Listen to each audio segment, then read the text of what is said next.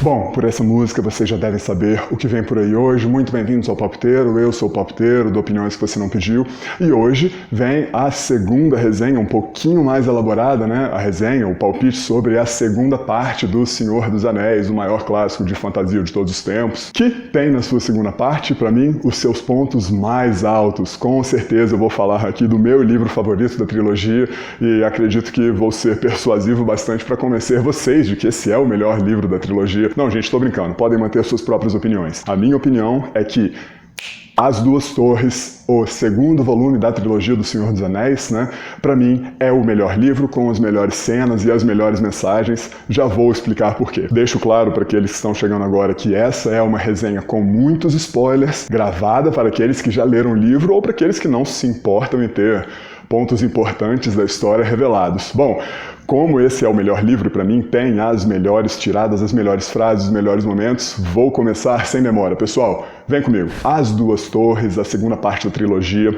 começa no momento em que Frodo, o grande herói da trilogia, né, abriu mão da sua escolta armada, né? Lembra-se, pessoal, Sociedade do Anel, os 9 da Sociedade do Anel, são, na verdade, uma grande missão de escolta para o portador do anel, Frodo Bolseiro, Frodo Baggins, levá-lo até o único lugar onde ele pode ser destruído. Uma arma indestrutível precisa ser levada ao único lugar onde ela pode ser destruída, que é o local onde ela foi criada, a Montanha da Perdição, naquele fogo, né? Na lava invencível, a única capaz de pôr fim ao anel. O livro, pelo menos a versão brasileira que eu li, começa com uma belíssima sinopse e eu achei que esse foi um ponto muito acertado. A Sociedade do Anel, o livro que eu resenhei aqui nesse vídeo, é um livro cansativo em alguns momentos. Eu, como leitor, que já entrei em contato com essa obra há alguns, talvez 20 anos, me perdi em alguns momentos. E é salutar, para mim é saudável que você comece o livro se situando, uma vez que a história é grande e sim, pode favorecer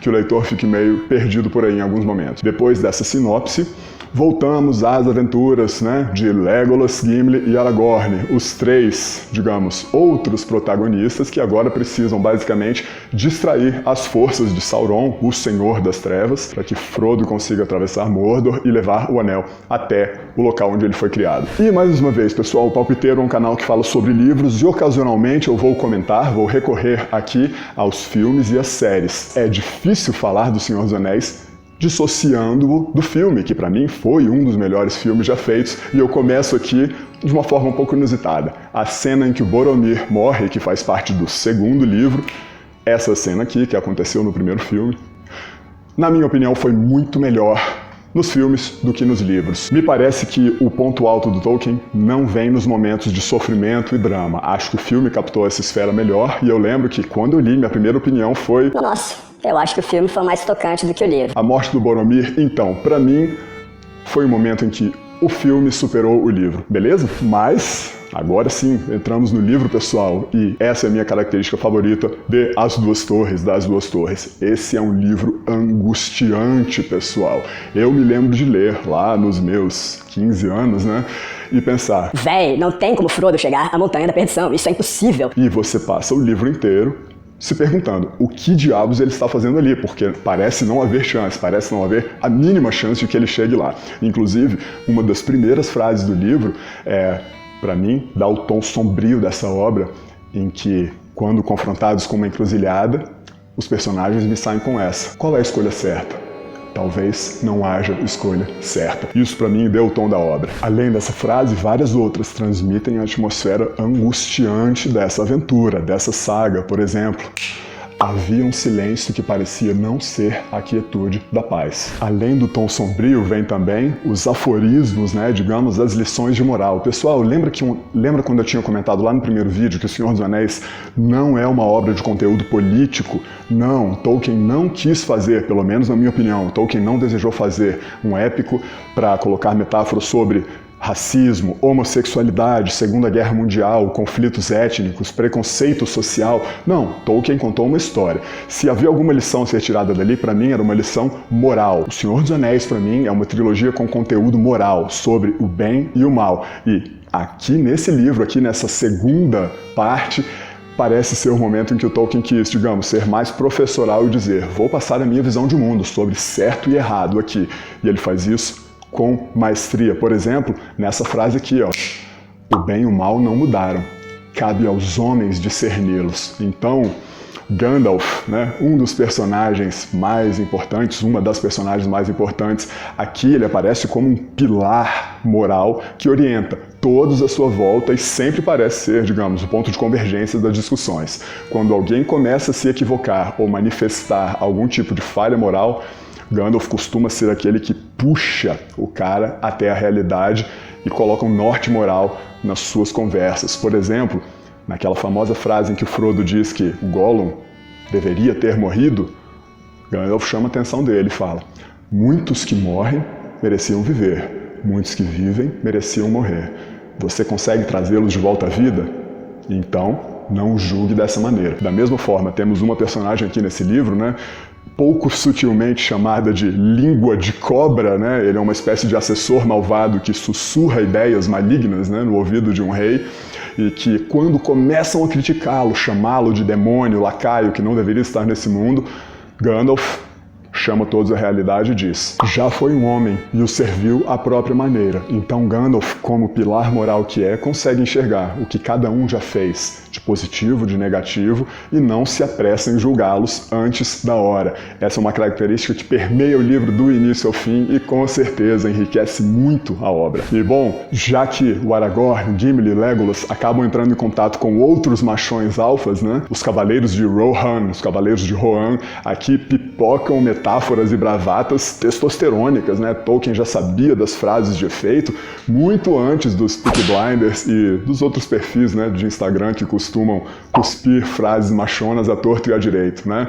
Aqui tem vários momentos em que ele diz: vou precisar cortar algumas cabeças, né, para colocar juízo em outras. E, digamos ali, num concurso de testosterona e de macheza, né, você vê personagens fortes tentando triunfar uma sobre a outra, né, usando a intimidação antes que o confronto físico comece. E isso foi muito bem transportado para o filme também. Bom, voltamos também às outras frases, né, sobre o conteúdo sombrio dessa obra, né? O Gandalf é dito, né, em um momento em que a esperança não é vitória. Então, ainda que essa seja uma história que poderia, digamos, lembrar um conto de fadas em algum momento, né?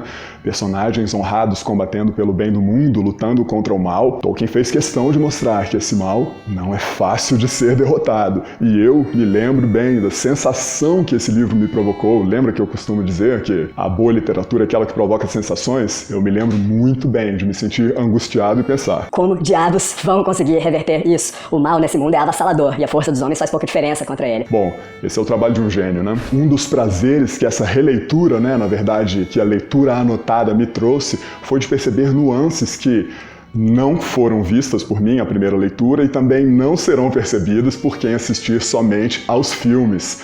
Alguém faz ideia de onde vem o título do livro? Alguém faz ideia? Por que As Duas Torres? Bem, pessoal, As Duas Torres remetem à Torre Maligna, Barad-dûr, né, a Torre do Senhor do Mal, Sauron, e a Orthanc, a Torre de Saruman, o Mago Maligno. E o que é dito aqui, muito embora essas torres no filme sejam tratadas como iguais que se comunicam, aqui no livro é dito que Saruman, o Mago Maligno, muito poderoso, mas ainda assim inferior ao Sauron, não era nada mais do que um lacaio tentando imitar, tentando emular os poderes do seu mestre. E dessa forma, ele também copiou a torre. Saruman era um inútil, era um lacaio, era um verme na mão de Sauron, e a sua torre, Orthanc, nada mais era do que uma cópia mal feita. E aqui era dito que a Torre Barad-dûr, suprema no seu mal, na sua perversidade, ria da adulação criada pela Torre Orthanc do Saruman. Então aqui no livro é perceptível como que o Saruman se mostra como uma criatura invencível, porém ele nada mais é do que um verme nas mãos do seu senhor Sauron. Um detalhe que para mim fez valer a pena as dezenas de horas que eu gastei com a releitura e as anotações desse livrão. E bom, já que eu falei aqui, né, sobre a história do livro, né, sobre o tom sombrio que permeia a jornada do Frodo, as bravatas sobre macheza e também a atmosfera sombria, vale falar que Tolkien nos remete de novo àquele humor sacana que ele dispensava aos hobbits, né, as criaturinhas com quem ele gostava de fazer um bullying. Pouca gente comenta isso, né? O Tolkien criou os hobbits, né? Esses pequenininhos aqui, e parecia gostar de zoar com a cara deles, né?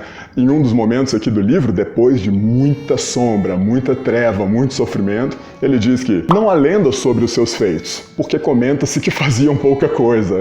Então, pessoal, Tolkien ainda consegue trazer, na sua genialidade, pitadas de bom humor e fazer bullying com as suas criaturinhas preferidas, né, que são os hobbits. Vem aqui mais um dos aforismos, né, quando finalmente conseguem destruir as defesas e capturar Saruman. Spoiler! Pessoal, aqui vai um spoiler rápido, né? Quando o que resta da Sociedade do Anel consegue chegar a Saruman, né? Um dos primeiros vilões, né? Um dos chefões a ser derrotado, um dos primeiros chefões, é dito que os traiçoeiros estão sempre desconfiados, né? É normal. E também, quem foge vê inimigos em dobro. São ali pitadas da sabedoria do Gandalf sobre o comportamento do Saruman, que não é lá muito confiável, logo não costuma confiar em ninguém. E ainda, né, sobre erros e acertos, para que não se confie mais em traidores, ainda soltam essa pérola aqui, ó. A mão queimada ensina melhor.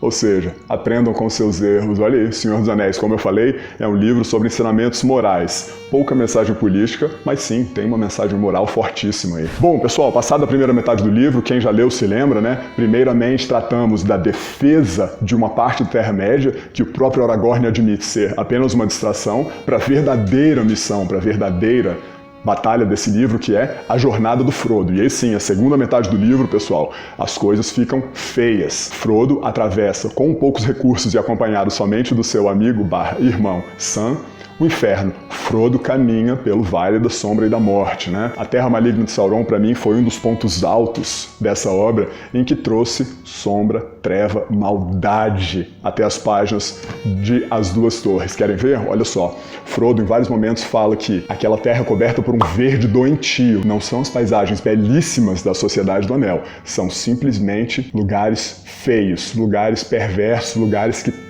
apertam o coração de quem os observa. Quem assistiu ao filme provavelmente vai se lembrar daquelas passagens pantanosas, com muita umidade o tempo inteiro. E o que é dito aqui?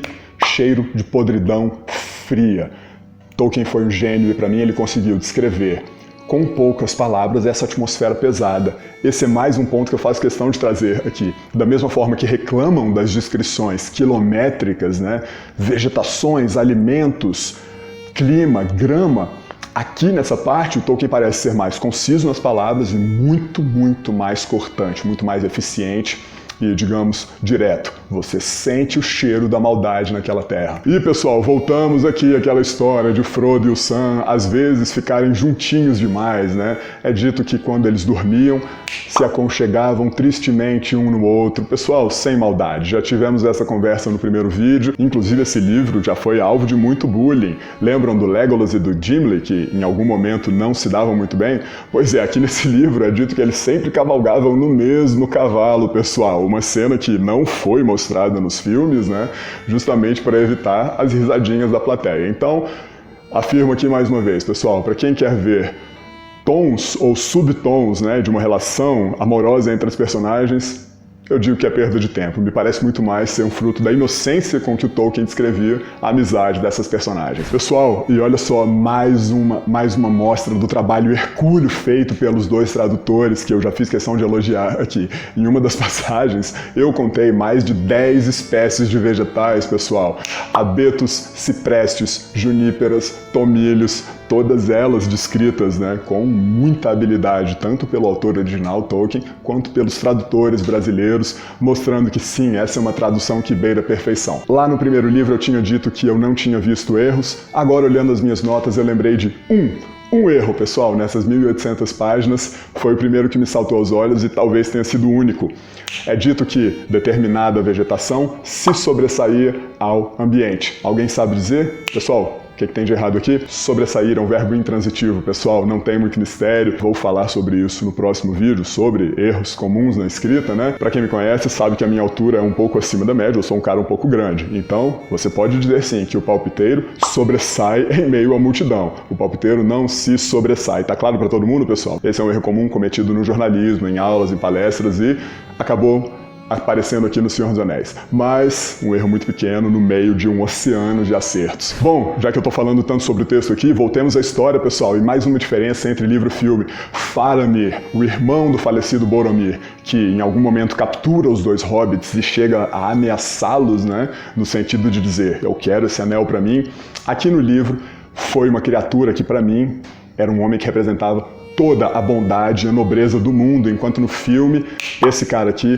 foi mostrado com uma cara um pouco mais empática e um discurso, né, um olhar um pouco mais obtuso, um pouco mais enviesado.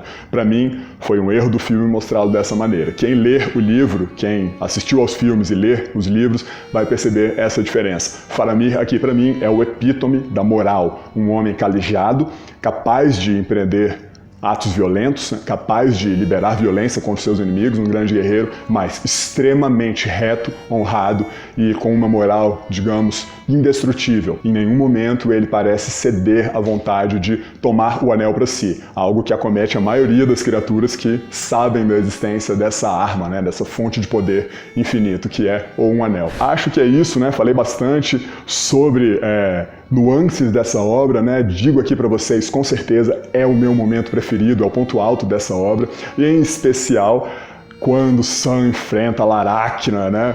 Aqui eu prefiro chamá-la de Laracna, um nome de mais impacto do que o outro, a outra alcunha dela, né? Ungoliath, em que Sam se mostra o verdadeiro herói do livro, né? Todos os que chegam aqui falam, o gordinho aqui é brabo mesmo e tal. Não vamos diminuir o esforço do Frodo, que carregou o anel até lá, mas o Sam, movido por uma ferocidade, por uma inocência até, se vê capaz de derrotar uma criatura ancestral, né? Laracna é uma espécie de semideus ali, invencível, intocável pelos maiores heróis da história da Terra-média, mas a ferocidade, a brutalidade e o caráter dessa pequena criatura gordinha aqui foram capazes de feri-la e proteger seu amigo Frodo em um dos momentos que eu considero o ponto alto da história, né? Eu tenho quase certeza que todos aqui vão concordar comigo. Acho sim que George Martin se inspirou no Senhor dos Anéis quando criou sua personagem Sam, lá do Game of Thrones, né? Também um gordinho corajoso que é capaz de enfrentar criaturas muito mais poderosas do que ele, movido apenas pela sua dignidade, pela sua coragem. Então, não tenho dúvida de que sim, me parece ter sido uma grande homenagem de um grande autor ao maior autor de todos. Por falar em homenagens, faço aqui uma citação ao suco das árvores, né, que Merry e Pippin consomem lá, que eles dizem que os efeitos do suco começaram nos pés. Para quem já leu O Dia do Coringa, fica aqui a minha observação. Acho, sim, que o autor de O Dia do Coringa se baseou nesse momento para criar uma bebida mágica específica. O Dia do Coringa é um livrão, posso comentar aqui com vocês em algum momento. Beleza? Termino aqui, pessoal, com uma sacada do livro que para mim foi coisa de gênio. A metalinguagem. Sam, em vários momentos, se refere às histórias de heróis, né? Como se o Sam estivesse piscando para o leitor, falando, admitindo que ele mesmo está numa história de herói, porém uma história um pouco mais sombria, né? E a todo momento ele pega Frodo pelas mãos e diz que nas histórias de heróis o bem sempre triunfa. E a genialidade do autor surge nesse momento em que você lê isso e fala, o bem pode até triunfar, mas nessa história aqui não vai. Bom, se você está curioso para saber o final dessa saga, saber se o bem vai triunfar ou não, não deixe de assistir ao próximo palpite. Espero muito que tenham gostado desse palpite aqui. Façam seus comentários, são sempre muito bem-vindos, seja para xingar o palpiteiro, só não vale xingar a mãe do palpiteiro, ela não tem nada a ver com isso, seja para concordar. Palpiteiro, é um livrão mesmo e o tom sombrio de As Duas Torres vale a pena. Para mim faz dele o melhor livro da trilogia. Muito obrigado por terem ficado até o fim. Espero que tenham gostado, tanto quanto eu gostei de fazer essa resenha. Eu já falei que essas são as minhas preferidas e acho que é isso. Não deixem de assistir ao próximo palpite também. São todos muito bem-vindos e faz muita diferença. Cada comentário, cada like, cada mensagem no direct comentando sobre um aspecto do livro faz muita diferença para mim, beleza? Acho que é isso. Até o próximo palpite.